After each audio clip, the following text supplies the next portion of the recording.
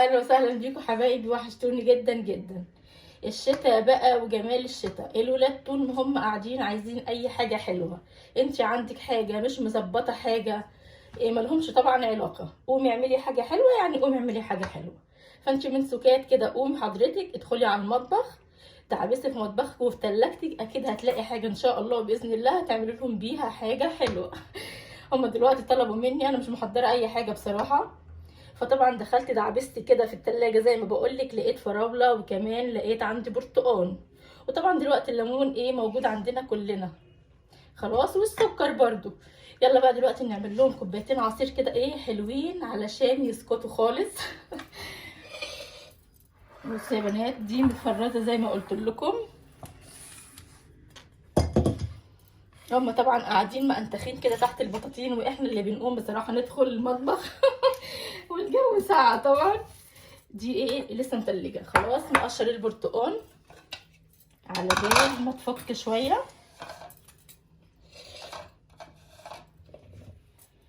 خلاص يا بنات، هنعمل لهم كده كوبايتين عصير حلوين. وعلى فكره هنا معايا كيس لبن نيدو،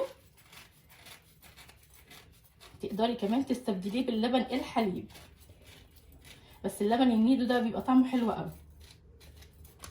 بصي بقى البرتقال بقى والفيتامينات والكلام ده كله اللي موجوده فيه حلو جدا في الشتاء. طبعا كلنا بناكل برتقال في الشتاء بقى، والليمون وكده. والليمون ده بالذات في اي اكل حاولي انك تدخلي لهم ليمون بطريق بقى مباشر او مش مباشر. خلاص هنقطع البرتقال كده بالشكل ده اهو. نقشر دي كمان. بصوا يا جماعه، فاكرين الموضوع زمان واحنا في المدرسه كده، تقشير البرتقال كده، اللي كان شاطر بيقشر البرتقانه كده بشكل التعبان ده، فاكرين الموضوع ده؟ واحنا صغيرين كنا بنعملها كلنا. بصي بالشكل ده، فاكرين الموضوع ده؟ مش عارفه والله الكلام ده راح فين دلوقتي بصراحه. يلا ما علينا. خلاص هنقطع البرتقال.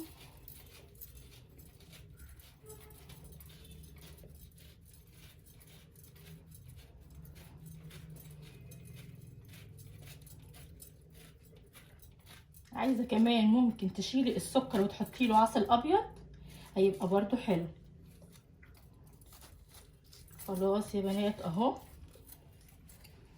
وكمان الليمون برضو هنقشره، مش هنحطه بقشره بس علشان ما يعملش كده مراره. ما تكسليش يعني وقشريها، هنقشرها طبعا افضل. هو الكلام ده كله احنا هنصفيه في الاخر على فكره. هي الفراوله مش بتتصفى، بس احنا هنا علشان هنحطه كله على بعضه. البرتقال طبعا بيتصفى والليمون. المشروبات دي يا جماعه حلوه جدا جدا، بتدي بقى باور، بتدي طاقه ومغذيه برضو. نقطعها كمان نصين. كانت في واحده تانية هنا راحت فين اهي. نقشرها برضو كده.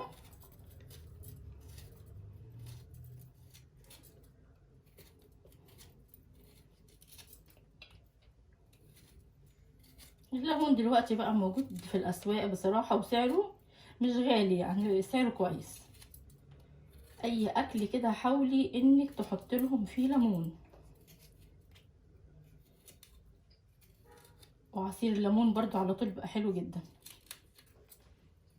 سواء بقى ليمون سخن او ساقع يبقى حلو جدا. خلاص كده قشرنا البرتقال والليمون.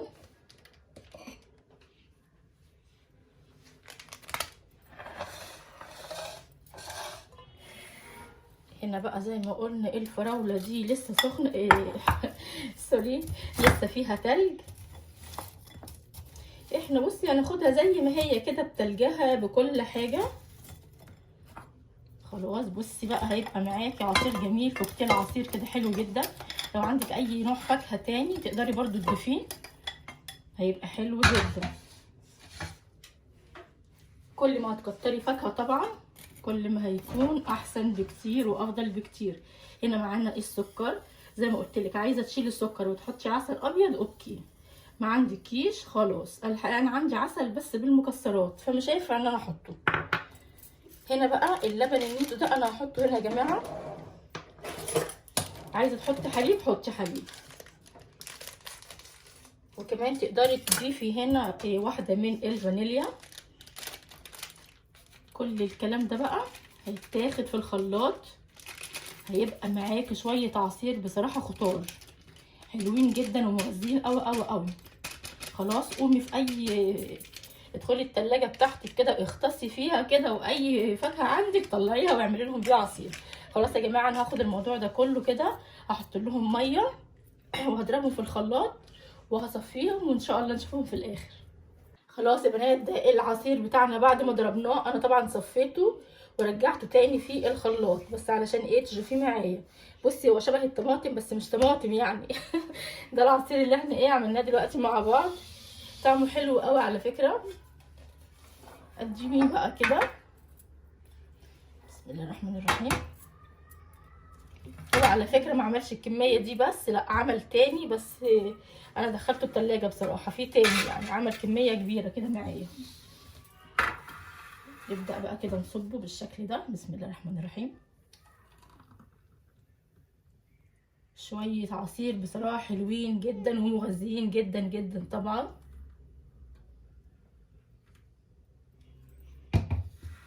خلاص يا بنات اعمليه كده لاولادك بالشكل ده وهم قاعدين بقى كده في السهره طالبين اي حاجه حلوه.